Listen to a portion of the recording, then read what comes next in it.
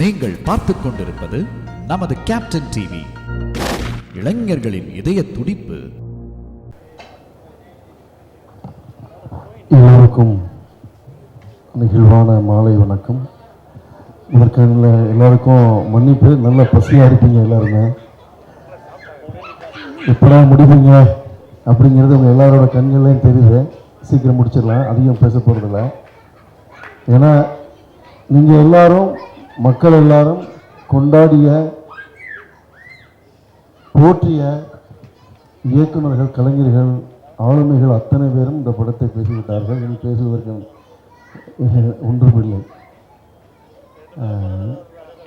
இந்த படம் இந்த மேடையில் ஏறிய நடிகரில் மட்டும் இல்லாமல் இன்னும் சில பேர் இருக்காங்க. உதிரி விஜயகுமார், கங்கா உன்னிகிருஷ்ணன்.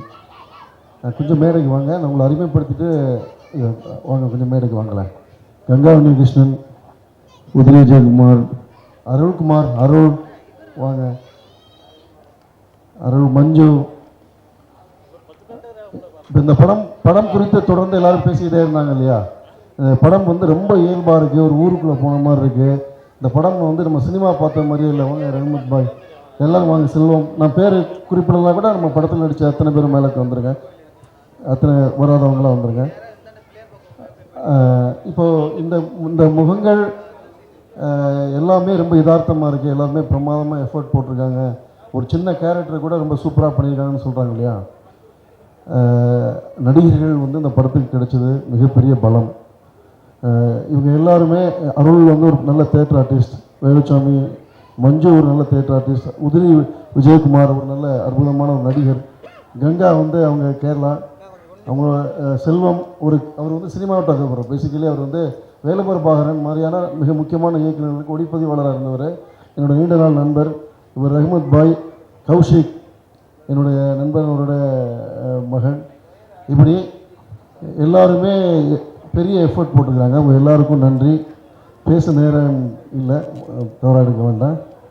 இன்னொரு மேடையில் வெற்றி விழாவில் பேசுவோம் நம்ம எல்லாருமே. ஆமாம். அப்புறம் இன்னும் முக்கியமான இந்த படம் வந்து ரொம்ப முக்கியமான விஷயம் சொல்ல போனால் மகேஷ் முத்துசாமி சார் வாங்க சார் மேலே. இந்த படம் வந்து ரொம்ப சோல்ஃபுல்லாக, ஹார்ட்ஃபுல்லாக இருக்குது அப்படின்னு சொல்கிறதுக்கு ரொம்ப முக்கியமான காரணம் என்னென்னா, அவர் ரொம்ப சோல்ஃபுல்லான ஒரு மனிதர். மகேஷ் முத்துசாமி சாரை பொறுத்த வரைக்கும் எப்படின்னு கேட்டிங்கன்னா, நான் இதுக்கு முன்னாடி 2 படம், அவள் பெயர் Tamilarasi, P G Muthaiah sir. Mahesh sir வந்து பிசி சாரோட அசிஸ்டன்ட். நம்ம அவரை பற்றி அறிமுகப்படுத்துறதுக்கு ஒன்றும் இல்லை. அதிகமான படங்கள் பண்ணி தன்னை பெரிய அளவில் ப்ரூவ் பண்ண ஒரு கேமராமேன் சாரோடைய. நான் வந்து ஆக்சுவலி இந்த படம் திரும்ப விஷுவலாக பார்க்கும்போது, நான் ஒரு விஷயம் இந்த படம் ஆரம்பிக்கும் போது ரொம்ப ரொம்ப குறிக்கோளாக ஒரு விஷயம் இருந்தோம். என்னென்னா, இந்த படம் நம்ம சினிமா பார்க்குற உணர்வே இருக்கக்கூடாது. ஏன்னா இது வரைக்கும் முஸ்லீம் தெருக்களுக்குள்ளார, முஸ்லீம் வீடுகளுக்குள்ளார நமக்கு ஒரு முஸ்லீம் ஃப்ரெண்ட் இருப்பாங்க. நமக்கு ஒரு ஸ்கூல்லையோ இல்லை கடைகள்லையோ இல்லை ஃபேன்சி ஸ்டோர்லேயோ நமக்கு முஸ்லீம் ஃப்ரெண்ட்ஸ் இருப்பாங்க. ஆனால் அவங்க வீட்டுக்குள்ளே என்ன நடக்குது, அவங்க தெருக்குள்ளே என்ன நடக்குது நம்ம இது வரைக்கும் நமக்கு தெரிஞ்சிருக்காது. இது வரைக்கும் உள்ள சினிமாவும் காட்டியிருக்காது. அப்போ நம்ம என்னென்னா, ஆடியன்ஸை வந்து ஒரு 110 ரூபாய் டிக்கெட்டில் நம்ம கடைகளுக்கு கூப்பிட்டு போகலாம். அப்படிங்கும்போது அந்த ஊரை வந்து ஒரு கேமரா, ஒரு ஜன்னல் வழியாக வீட்டை ஒளிஞ்சிருந்து, நம்ம ஒரு தெருவை ஒளிஞ்சிருந்து ஒரு வாழ்க்கையை வந்து கவனிக்கிற மாதிரியான ஒரு கேமராவாக இருக்கணும். அது எந்த இடத்துலையுமே அழகுணர்ச்சி இருக்கக்கூடாது. எந்த இடத்துலையுமே ரொம்ப அப்படி. ஆக்சுவலி அவர் நம்ம அழகாக சொன்னார் மிஸ்கின் சார் வந்து, ஒரு படத்துடைய ஒளிப்பதிவு என்பது அந்த கதையை தாண்டி இருக்கக்கூடாதுங்கிறது தான் அதோடைய மிகச்சிறந்த ஒளிப்பதிவு. அதை வந்து மகேஷ் சார் பண்ணார். ஆக்சுவலி சாம் சிஎஸ் மட்டும் இல்லை, பாண்டியராஜ் சொன்னாங்க இல்லையா, நான் கொடுக்குற டார்ச்சருக்கு வந்து வேற ஒரு மியூசிக் ரைட்டர் இருந்தால் ஓடிடுவாங்க. அவர் எப்படி அது மாதிரி தான் வந்து மகேஷ் சாரும் வந்து எனக்கு இருக்கிற பதட்டம். ஏன்னா ஒரு சிறிய முதலீட்டு படம், ப்ரொஜெக்ட் படத்தில் நான் அதை பண்ணும்போது எனக்கு இருக்கக்கூடிய ஆங்ஸைட்டி, இது எல்லாத்தையுமே வந்து பொறுத்துக்கிட்டு அந்த படம் ரொம்ப நல்லா நடக்கிறதுக்கு மகேஷ் சார் ரொம்ப முக்கியமான காரணம். இந்த படம் இன்றைக்கி இவ்வளோ தூரம் வந்திருக்குன்னா அது மகேஷ் சார் இல்லைனா இல்லை. ஏன்னா நான் சொன்ன மாதிரி என்னோடய முதல் படம் அவள் பெயர் தமிழரசி வந்து நான் பிஜி முத்தையான்னு ஒரு புது கேமராமேனை அறிமுகப்படுத்துகிறேன். அவர் வந்து இன்னும் நிறைய ஒரு 40 படங்கள் ஒளிப்பதிவு செஞ்சுட்டார். அடுத்த படம் விழித்திரு வந்து ஆர்வி சரண் ஒரு கேமராமேனை அறிமுகப்படுத்துகிறேன். அந்த கேமராமேன் வந்து நந்தன், கிடாயின், கருணை மனோ, நிறைய சத்திய சோதனை மாதிரி நிறைய படங்கள் பண்ணிட்டார். அப்போ நான் 2 படம் ஒரு புது கேமராமேனோட அறிமுகப்படுத்தின எனக்கு நான் அடுத்த படம் பட்ஜெட்டில் போகும்போது எனக்கு எல்லாருமே சொன்னது என்னென்னா, ஏன் நீங்கள் இன்னொரு புது கேமராமேனை போகக்கூடாது, நீங்கள் தான் முதல் 2 படமே ஒர்க் பண்ணியிருக்கீங்க அப்படின்னு. ஆனால் என் மைண்டுக்குள்ளார வந்து ஒரு நல்ல சோல்ஃபுல்லான ஒருத்தர் இந்த படத்தை வந்து ரொம்ப ரொம்ப ஆத்மார்த்தமாக அணுகக்கூடிய ஒருத்தர் வேணும் அப்படின்னு நான் விரும்பினேன். அது மகேஷ் சார் வந்து எங்கள் படத்துக்கு கிடைச்சாரு. அவர் எங்கள் படத்துக்கு கிடைச்சது டெஃபினெட்லி ஒரு பெரிய பாக்கியமாக தான் கருதுகிறேன். அவர் எங்களுடைய செல்லமான, எங்களுக்கு எல்லோருக்கும் பிடித்த, இப்போ என்னையாவது இந்த யூனிட்டில் நிறைய பேருக்கு பிடிக்காது, மேடையில் எல்லாம் சும்மா பேசுவாங்க. ஆனால் ஹபீபி இவர் மகேஷ் சார் அப்படி இல்லை, மகேஷ் சார் எல்லோருக்கும் பிடித்த ஒருத்தர். ரொம்ப நன்றி சார், ரொம்ப நன்றி சார்.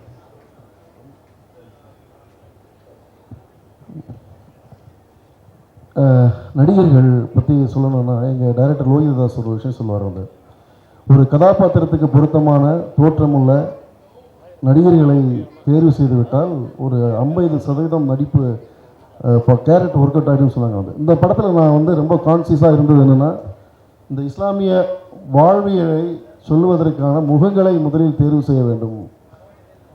அந்த முகங்கள் வந்து ரொம்ப யதார்த்தமாக இருக்கணும் அப்படின்னு முடிவு பண்ண உடனே அந்த முகங்களிலே அது ஆல்மோஸ்ட் வந்து இந்த படம் வந்து ரொம்ப நெருக்கமாக இருக்கிறதுக்கு வந்து இப்போ கஸ்தூரிராஜா சார் மாதிரியான, ஏன்னா சொல்லுவாங்க முஸ்லீம், நம்ம இது வரைக்கும் தமிழ் சினிமா எப்படி சித்தரிச்சிருக்குன்னா, முஸ்லீம் வந்து ரொம்ப சிறப்பாக இருப்பார். இப்போ எங்கிட்ட கூட கேட்டாங்க, கஸ்தூரிராஜா சார் நடிக்கிறாருன்னு, ஏங்க அவருக்கு டஸ்கியாக இருப்பார், அவர் எப்படிங்க முஸ்லீமாக இருக்குன்னு கேட்டார்.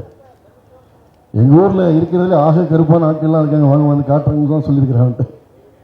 ஸோ இப்போ கஸ்தூரிராஜா சார் மாதிரியான முகங்களாகட்டும் இவங்க எல்லாருமே ரொம்ப பிரமாதமாக அதை ஒர்க் அவுட் பண்ணாங்க. ஆக்சுவலாக உண்மையாக ஹானஸ்ட்டாக ஒத்துக்கிட்டா, அதை நான் வந்து எந்த இதுவும் இல்லாமல் ஒத்துக்கிட்டோம்னா, நடிகர்களுடைய பெரிய பங்களிப்பு தான் இந்த படத்துடைய இந்த அவுட்புட்டுக்கு காரணம். வந்து இந்த நடிகர்கள் அத்தனை பேருமே இந்த படத்தில் எனக்கு கிடைச்ச இந்த நடிகர்கள் அத்தனை பேருமே, ஏன்னா ஆக்சுவலாக வந்து சொல்லப்போனால் ஒரு சம்பவம் சொல்கிறேன். கஸ்தூரிராஜ் சார் சொல்லியிருக்கேனான்னு தெரியல. நான் வந்து தென்காசியில் நாங்கள் வந்து ஒரு பங்களா வாடகைக்கு எடுத்து ஆஃபீஸ் போட்டு அங்கே வந்து டெய்லி ஆடிஷன் பண்ணுவோம். அப்போ அங்கே ஒருத்தர் வந்து காலையிலேருந்து சாயந்தரம் வரைக்கும் டெய்லி வந்து காத்துக்கிட்டு இருப்பார். சரி, நடிகர் தேர்வுக்காக தான் வராருன்னு பார்த்தா, ஒரு நாள் சார் உங்களை ரொம்ப பார்க்கணுங்கிறாரு அப்படின்னு. என்ன எதுக்காக பார்க்கணுன்னு கேட்டால், சார் இப்போ தான் சார் உங்கள் படத்தை முடிப்பீங்க. ப்ரொடியூசரை விட ரொம்ப டென்ஷனாக கேட்குறாரு. யார் இவருன்னு கேட்டால், சார் நான் அந்த ஊரில் சலூன் கடை வச்சுருக்கிறேன், உங்கள் படத்தில் நடிக்கிறவங்கள 3/4 பேர் என் படத்தில் கடையுடைய கஸ்டமர், எல்லாரும் தாடியும் முடியும் வச்சுக்கிட்டு இவ்வளோ நாளாக எடுத்துக்கிட்டு இருக்கீங்களே சார். ஸோ இப்போ கஸ்தூரிராஜா சாரே வந்து தாடியோடு அவ்வளோ நாள் இருந்தார். ஏன்னா நான் ஒரு விக்கு வைக்கக்கூடாது, அந்த லைவாக இருக்கணும் அப்படிங்கிறதுனால, அசலாக இருக்கணுங்கிறதுனால நம்ம வந்து எல்லாரையும் தாடி வளர்த்து முடி வளர்த்து உடம்பு போட்டு, ஈஷாலாம் ஹீரோலாம் பார்த்தீங்கன்னா, ஈஷா மட்டும் இல்லை எல்லாருமே, தனஸ்ரீ ஆகட்டும், அனுசுரேயராஜன் ஆகட்டும், ஆக்சுவலி என்னன்னா ஒரு கட்டத்துக்கு மேலே எப்படா விடுவாவேன் அப்படிங்கிற அளவுக்கு வந்துட்டாங்க. ரொம்ப அழகாக ஒத்துழைப்பு கொடுத்தாங்க. வந்து அந்த உடல் மாற்றமாகட்டும், இந்த படம் முழுக்க இவ்வளோ நம்பகத்தன்மையாக, இந்த படம் முழுக்க இவ்வளவு பிரமாதமான இப்போ யதார்த்தத்தை ஒரு வாழ்க்கையை கண் முன்னாடி காட்டுறதுக்கு காரணம் வந்து என்னென்னா, இந்த நடிகர்களுடைய உடல் மாற்றம். அது ரொம்ப முக்கியமாக எல்லாருமே சொல்கிறாங்க. எல்லா நடிகர்களுக்கும் ரொம்ப ரொம்ப மனசுலேருந்து ரொம்ப நன்றி. உங்களுடைய ஒத்துழைப்புங்கிறது எப்போவுமே மறக்க முடியாது. பிறகு இன்னொருத்தரை நான் ரொம்ப முக்கியமாக கூப்பிடுறேன். நான் ஆக்சுவலாக 2 விஷயம் நான் உங்கள்கிட்ட பேச போகிறேன். என்னென்னா, இந்த படத்தை நான் டைரக்ட் பண்ணலை, அப்புறம் யார் டைரக்ட் பண்ண உங்களுக்கு அதை நான் கொஞ்சம் நேரம் ஒரு சஸ்பென்ஸாக வைக்கிறேன். வந்து இன்னொருத்தர், அவர் இல்லைன்னா அந்த படமே இல்லை. Ameen, writer V S Mohammed Ameen. Actually நான் வந்து இப்போ அவள் பேர் தமிழரசி வந்து இன்றைக்கி இங்கே வந்து எல்லா இயக்குநர்கள், எனக்கு பிடித்த எல்லா இயக்குநர்களுமே தங்களுக்கு பிடித்த ஒரு படமாக அதை சொன்னாங்க. ஆனால் நான் அவள் பேர் தமிழரசி எடுக்கும்போது எனக்கு ஒரு விஷயம் இருந்தது. என்னென்னா, எல்லா இயக்குநர்களுமே திரையில் கதை சொல்கிறாங்க. ஆனால் உலகத்திலே முதல்ல திரையில் கதை சொன்னவங்க யாருன்னா, தோல்பாவை கூத்து கலைஞர்கள், அதாவது லெதர் பப்பட் பிளேயர்ஸ். ஸோ உலகத்திலே முதல்ல திரையில் கதை சொன்ன ஒரு கூட்டத்தை பற்றி தமிழ் சினிமாவில் பெரிய பதிவு இல்லை. நம்ம அந்த பதிவை செய்வோம் அப்படின்னு தான் அவள் பேர் தமிழரசி செஞ்சேன். அதன் பிறகு நான் வந்து விழித்திரை எடுக்கும்போது நான் 2012 துவங்கினேன். ஒரு முழு நீள இரவு படம்ங்கிறது சினிமாவில், தமிழ் சினிமாவில் கிடையாது. ஒரு பகல் ஒரு இரவு அந்த மாதிரி படம் இருக்கும்போது ஏன் நம்ம அதை செய்யக்கூடாது அப்படிங்கிறதுனால நான் விழித்திரை செஞ்சேன். வந்து ஆக்சுவலாக உண்மையாக நான் ஒரு இஸ்லாம் சமூகத்திலேருந்து வந்து நான் அபுல் ஹசன், ஏன்னா இந்த பேரும் நீங்கள் அமீர் சார் சொன்னார், அதுக்கு நான் ஒரு பதில் சொல்லுவேன். ஏன்னா அது பல மேடைகளில் பல பேட்டிகளில் எனக்கு அது துரத்துக்கிட்டே இருக்குது. இப்போ ஞான தேசிகன் அப்படிங்கிற ஒருத்தர் இளையராஜாவாக மாறுகிற போது, ரங்கராஜன் என்கிற ஒருத்தர் வாலியாக மாறுகிற போது, ஜஸ்டின் ஜெயராஜ் என்கிறவர் எஸ்ஜே சூர்யாவாக மாறுகிற போது வராத கேள்வியும் சந்தேகங்களும் அபுல் ஹசன் மீரா கதிரன் ஆகும்போது வருகிறது. அந்த பேரை காரணம் அமீர் சாருக்கு சொன்ன ஒரு விஷயமா நான் பொதுவாக நிறைய பேருக்கு இருக்கிறனால அதுக்கு நான் பதில் சொல்ல விரும்புகிறேன். இப்போது அமீன் வந்து ஆக்சுவலாக ரொம்ப நாளாக நான் வந்து சொன்னேன் இல்லையா, தோல்பாவை கூத்தை பற்றி மொழி இரவை பற்றி ஒரு படம் பண்ணுற மாதிரி பதிவு செய்யப்படாத கதைகளை, யாரும் இது வரைக்கும் தொடாத கதைகளை, எளிய மனிதர்களை வந்து படமாக்கணுங்கிறத என் வாழ்வில் என்ன ஒரு பெரிய அறமாக வச்சுருக்கேன். அப்போ இது வரைக்கும் நூற்றாண்டு காலமாக தமிழ் சினிமாவில் பதியப்படாத வாழ்க்கையாக முஸ்லீம் சமூகத்துடைய படமாக இது கதை இல்லைங்கிறதுனால தான் நான் ஒரு முஸ்லீம் படம் பண்ண வந்தேன். நான் ஒரு முஸ்லீமாக இருக்கிறதுனால வரல. வந்து ஒரு நல்ல கலைஞனாக இந்த சமூகத்தை ஒரு கண்ணாடியை போல் பிரதிபலிக்கக்கூடிய அறம் கொண்ட ஒரு மனிதனாக நான் எப்படி ஈழத்தில் என்னுடைய தமிழர்கள் வருந்தும்போது, இஸ்ரேலில் பாலஸ்தீனில் எங்கெல்லாம், சிரியாவில், காசாவில் எங்கெல்லாம் வந்து அநீதிகள் இழைக்கப்படும் போது நான் எப்படி ஒரு கலைஞனாக நான் கொந்தளிக்கிறேனோ அதே போல தான் நான் வந்து தமிழில் முஸ்லீம் சினிமா இல்லை, எப்படி நான் வந்து தோல்பாவை கூத்தை எடுப்பதற்கு முன் வந்தேனோ, எப்படி நான் வந்து ஒரு மொழி இரவில் நடக்கிற கதையை எடுக்க முன் வந்தேனோ அதே போல தான் நான் வந்தேன். சரி, 10 வருஷமாக நான் என் பேரை இந்த கேள்வி கேட்குற மாதிரி 10 வருஷமாக நான் ஒரு முஸ்லீம் படம் எடுக்க ட்ரை பண்ணிகிட்டே இருக்கிறேன். ஏன் எடுக்க மாட்டேங்கிறாங்க? தமிழ் சினிமாவில் பார்த்தீங்கன்னா விஜயகாந்தை இன்ட்ரடியூஸ் பண்ண எம்ஏ காஜா இந்த கதைக்களம் நடக்கக்கூடிய கடையனூரை சேர்ந்தவர். அவருடைய கம்பெனிக்கு பேரே கடையனூர் சினி கிரியேஷன்ஸ். இப்ராஹிம் ராவுத்தர், விஜயகாந்த் கூட நண்பராக இருந்த ராவுத்தர் ஃபிலிம்ஸ். அப்படி இன்னைக்கு வரைக்கும் தமிழ் சினிமாவோட கணக்குப்படி பார்த்தீங்கன்னா 62 மெம்பர்ஸ் வந்து தமிழ் சினிமாவில் முஸ்லீம் ப்ரொடியூசர்ஸ் இருக்காங்க. அப்போ ஏன் முஸ்லீம் சினிமாவை உருவாகலை அப்படின்னா, இப்போ நமக்கு சொல்லுவோம் ஒரு ஏன் வந்து ஒரு ஒரு முஸ்லீமுக்கு வந்து வீடு கிடைக்கிறதில்ல அப்படின்னு ஒரு ஹவுஸ் ஓனரை கோச்சிக்க முடியாது. ஒரு முஸ்லீம் அந்த ஹவுஸ் ஓனர் எங்கள் முஸ்லீமுக்கு வீடு தர மாட்டாருன்னு நீங்கள் ஒரு பிரச்சனையாக ஒரு வீட்டில் ஒரு ஓனர்கிட்ட அந்த புள்ளியில் சுருக்க முடியாது. அது ஒரு சர்வதேச பிரச்சனை. அது மாதிரி தான் ஒரு தன் பேரை மாற்றிக்கிறது. இவ்வளோ பேரை மாற்றுறாங்க. அப்போ அதில் ஒரு பிரச்சனை இருக்குது. அது தனி மனிதனில் மீரா கதிரவனில் சுருக்கிட்டோம்னா அதுக்கு பின்னாடி இருக்கிற உளவியலை நம்ம பேச முடியாமல் போயிடுவோம். ஏன் மீரா கதிரவன்? அப்புறம் இன்னும் சொல்லப்போனால் யாரும் சொன்னாங்க வந்து என் தாயை போன்ற என்னுடைய பெயரை ஏன் நான் மாற்ற வேண்டும்? மீரா என்பதே என் தாயின் பெயர் தான். என்னோட அம்மா பேர் தான் மீரா. கதிரவன் என்கிறத நான் வந்து தமிழ் அடையாளம் வேணுங்கிறதுனால நான் கதிரவன் பெயர் வச்சுக்கிட்டேன். அப்புறமா நான் வந்து திராவிட குடும்பத்தை சேர்ந்த ஒரு பாரம்பரியமான குடும்பத்தை வந்ததுனால எனக்கு கதிரவன்கிற பேர் வச்சுக்கிட்டேன். பேரில் ஒன்றும் இல்லை. பேரில் என்ன இருக்குது? பேரில் என்ன ஒன்றுமே இல்லை. ஆக்சுவலி கவுண்டமணி ஒரு படத்தில் டைலாக்ஸில் வரல, நாய்க்கு பேர் வச்சியா சோறு வச்சியான்னு. அதெல்லாம் இல்லை. பேரில் நம்ம செய்கிற வேலையில் நான் ரொம்ப முக்கியமாக இருக்குன்னு நினைக்கிறேன். ஸோ அப்போ ரொம்ப நாளாக வந்து அப்படி ஒரு படம் எடுக்கணும் அப்படின்னு நினைக்கும்போது அமீன் நானும் நண்பர்கள், நீண்ட கால நண்பர்கள். அமீன் வந்து சமரசம் அப்படிங்கிற பத்திரிகையுடைய பொறுப்பாசிரியர். கிட்டத்தட்ட 20க்கும் அதிகமான புத்தகங்கள் எழுதியிருக்காரு. அது நிறைய பேருக்கு தெரியாது. அவருடைய நெய்தல் அப்படிங்கிற ஒரு சிறுகதையை வாசிச்சுட்டு தான் நான் அமீனை கூப்பிட்டு பேசுகிறோம். அப்போ அமீனை கூப்பிட்டு பேசும்போது இந்த கதையில் ஒரு ஸ்பார்க் இருக்குங்க. அதாவது இஸ்லாமியர்கள் வந்து தறி நெய்கிறாங்கிறது வந்து நிறைய பேருக்கு தெரியாது. அது ஒரு புது விஷயம். அப்படிங்கும்போது இப்போ நாங்கள் அதை படமாக பேச ஆரம்பிக்கிறோம். படமாக பேசும்போதோ, கதையாக எழுதும் போதோ, வசனமாக எழுதும் போதோ, ஷூட்டிங்கு கேமரா எடுத்துகிட்டு போகும்போதெல்லாம் தமிழில் இஸ்லாமிய சினிமாவை ஏன் வரவில்லை, எடுத்துகிட்டு போனதுக்கப்புறம் தான் தெரிஞ்சிச்சு ஏன் வரலை அப்படின்னு. ஏன் தமிழ் சினிமாவில் 100 வருஷமாக சினிமா வரவில்லை அப்படின்னு. அது நிச்சயமாக அது ஹபீபி கண்டிப்பாக ஒரு நம்ம எல்லோரும் ஒரு வெற்றி விழாவில் சந்திப்போம். அதை நம்ம அங்கே பேசலாம்னு நான் நினைக்கிறேன். வந்து நிச்சயமாக அதை பேச வேண்டியிருக்கு. வந்து அப்புறமா அமீனுடைய மாமா விஸ்வா, சாஃபி விஸ்வா, கடையனூரை சொன்னாங்க. எனக்கு ஒரு விஷயம் என்னென்னா ரொம்ப ஆச்சரியமாக இருந்தது என்னென்னா, இஸ்லாமியர்கள் குறித்து இஸ்லாமியர்களுக்கு நெருக்கமாக இது வரைக்கும் ஒரு படம் வரவே இல்லை. இஸ்லாமியர்கள் எப்படின்னா அந்நியர்களாக நிறுத்தி எதிரிகளாக நிறுத்தி ஒரு படம் வரும்போது தங்களுடைய தெருவில் வந்து தங்களுடைய வீடுகளுக்குள்ளே வந்து தங்களுக்கு எதிராகவே ஒரு படம் எடுத்துருவாங்களேங்கிற ஒரு பயம்தான் இஸ்லாமியர்கள்ட்ட அதிகமாக இருக்குது. மற்றபடி இஸ்லாமியர்கள் வீடுகளில் இப்போ இந்த படத்தில் பார்த்தீங்கன்னா அமீர் சார் கூட படம் பார்த்துட்டு கேட்டார், எப்படி இங்கே சாத்தியப்பட்டுச்சு, இவ்வளோ லொக்கேஷன்ஸில் ரியல் லொக்கேஷனில் ஷூட் பண்ணிங்கன்னா அது அமீனுடைய உறவினர்கள், அவருடைய நண்பர்கள், அப்புறம் கடையினுடைய மக்கள் எல்லாருமே பண்ண. இதில் நான் இன்னொரு விஷயம் சொல்கிறேன், இதில் என்ன இது ரொம்ப முக்கியமாக சொல்ல வேண்டிய விஷயம். இஸ்லாமிய சினிமான்னு சுருக்காதீங்கன்னு சொல்கிறதுல ஆக்சுவலி ஒரு 110-120 வருஷமான ஒரு வீடு வந்து எங்களுக்கு தேவைப்பட்டுச்சு. அப்போ என்னோடய அசிஸ்டன்ட் ரைட்டர்ஸ் எல்லாருமே அந்த வீடை கிட்டத்தட்ட 6 மாதமாக தேடுறோம், எங்கேயுமே கிடைக்கல. எஸ்ஆர் ராஜா சார் உடைய வீடு அது கதையில் முகமது யூசுஃபோட வீடு. நிறைய தேடுறோம், எங்கேயுமே கிடைக்கல. ஒரு நாள் வழியில் வந்து ஒருத்தர் சைக்கிளில் போயிட்டுருக்கார், அவரை பார்க்குறோம். அவரை பார்த்தா அவர் வந்து, சார் இந்த பக்கம் இந்த மாதிரி ஏதாவது ஒரு 110-150 வருஷம் வீடு இருக்கான்னு கேட்குறோம். அவர் வாங்கன்னு கூப்பிட்டு போகிறாரு. போகிற வழியில் அவர் சொல்கிறாரு, என்ன படம் அப்படின்னு.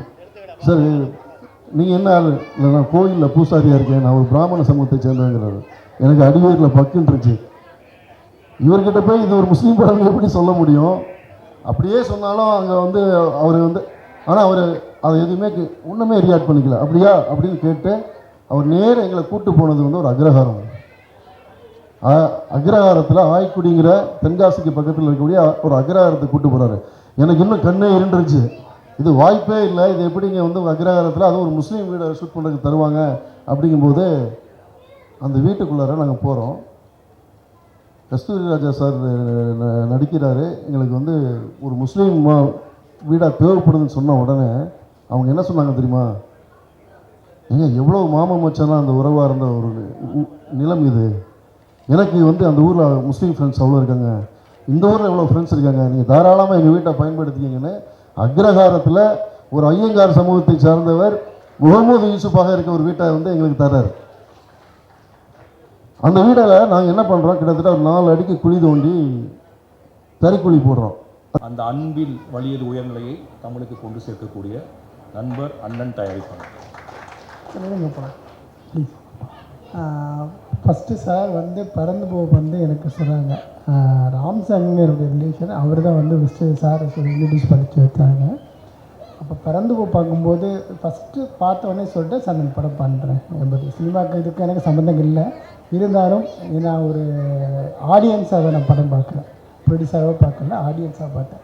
அந்த படம் எனக்கு பிடிச்சிருந்தது. உடனே ஓகே சார், இதே இடத்துல தான் நாங்கள் வச்சோம், வடிவிலாஞ்சிங்க தான் பண்ணோம். நல்லா சக்ஸஸாக போச்சு. அது போனால் சார் பயங்கர எஃபர்ட் போட்டாங்க. அபிவி அப்படி தான், சாரும் சுரேஷ் கமல் சார் அவருக்கும் நன்றி சொன்னோம். அவர் சொன்னார். அப்போது அதுக்கப்புறம் ராம் சார் சொன்னாங்க. ராம் சார் சொன்னதுக்கப்புறம் மீராகவி சார்கிட்ட பேசிவிட்டு பார்த்தோன்னே அதுக்கும் உடனே ஓகே சொன்னேன். ஆனால் படம் ரொம்ப டிஃப்ரெண்ட்டாக இருக்கும். நீங்கள் பறந்து போய் பார்த்துருப்பீங்க, டோட்டலாக ஃபஸ்ட்லேருந்து லாஸ்ட்டு வரைக்கும் நீங்கள் சிரிச்சிட்டே இருப்பீங்க. ஆனால் இந்த படம் ஹபீபி பார்த்தீங்கன்னா ஃபஸ்ட்லேருந்து லாஸ்ட் வரைக்கும் நம்ம அழுதுட்டு தான் இருக்கணும், அவ்வளோதான். அது மாதிரி அந்தளவுக்கு ஒரு இந்த மாதிரி ஒரு ஸ்டோரி ஃபேமிலி இந்த மாதிரிலாம் நம்ம லைஃப்பில் பார்த்துருக்கவே முடியாது. அந்த மாதிரி ஒரு ஸ்டோரி இது வந்து என்டையர்லி டிஃப்ரெண்ட்டான ஸ்டோரி. ஏன்னா நாங்களும் ஜாயின்ட் ஃபேமிலி இவ்வளோ வருஷம் 51 வருஷம் ஆகிடுச்சு. ஸோ அந்த ஃபீல் வந்து நமக்கு தெரியும். ஜாதி மதம் அதெல்லாம் தாண்டி அந்த அஃபெக்ஷன் வந்து அவ்வளோ ஒரு அஃபெக்ஷன், அது சொல்லவே முடியாது, அந்த வார்த்தையில் சொல்ல முடியாது. கண்டிப்பாக நீங்கள் தேட்டரில் படம் பாருங்கள். 100% இந்த படத்தில் ஒரு குறை கூட உங்களால் யாரையும் அது சொல்லவே முடியாது. எல்லாருக்கும் பிடிக்கும். இந்த படம் பிடிக்காது, இவங்களுக்கு பிடிக்காது அப்படிலாம் கிடையாது, எல்லாருமே பார்ப்பாங்க இந்த படத்தை. கண்டிப்பாக அந்த நம்பிக்கை எனக்கு இருக்குது, கடவுள் மேலே எனக்கு நம்பிக்கை இருக்குது. கண்டிப்பாக எல்லோரும் பார்ப்பாங்க. இதுக்கு இன்னொரு முக்கிய காரணம் ராகுல் சார், ரோமியோ பிக்சர். ஸோ அவர்கிட்ட வந்து நான் இந்த ஃபஸ்ட்டு ராம் சார் தான் எனக்கு ஃபஸ்ட்டு ராகுல் சார் அறிமுகப்படுத்தினார். அந்த ஒரு பயம் வந்து அப்படியே எங்களுக்கு தொடர்ந்து போயிட்டு இருக்குது.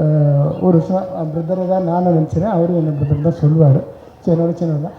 இருந்தாலும் நான் சொன்னேன், படம் பார்த்துட்டு சொன்ன உடனே அவர் உடனே சார் பார்க்குறேன் சார், நானும் பார்க்குறேன் அப்படின்னு சொன்னார். பார்த்துட்டு உடனே ஓகே சொன்னார். சரி நம்ம 2 பேரும் சேர்ந்து பண்ணலாம் அப்படின்னு சொல்லிட்டு தான் ஜிகேஎஸ் பிரதர்ஸ் ப்ரொடக்ஷன், ராகுல் சார் ரோமியோ பிக்சர் அவங்களுக்கு பெரிய ப்ரொடக்ஷன், நம்மளுக்கு சின்னது இப்போ தான் ஃபஸ்ட்டு செகண்ட் படம். ஸோ 2 பேர் சேர்ந்து பண்ணுறோம். பெரியவெல்லாம் வரணும், நீங்கள்லாம் பெரியவங்க, எங்களையும் ப்ளஸ் பண்ணுங்கள்.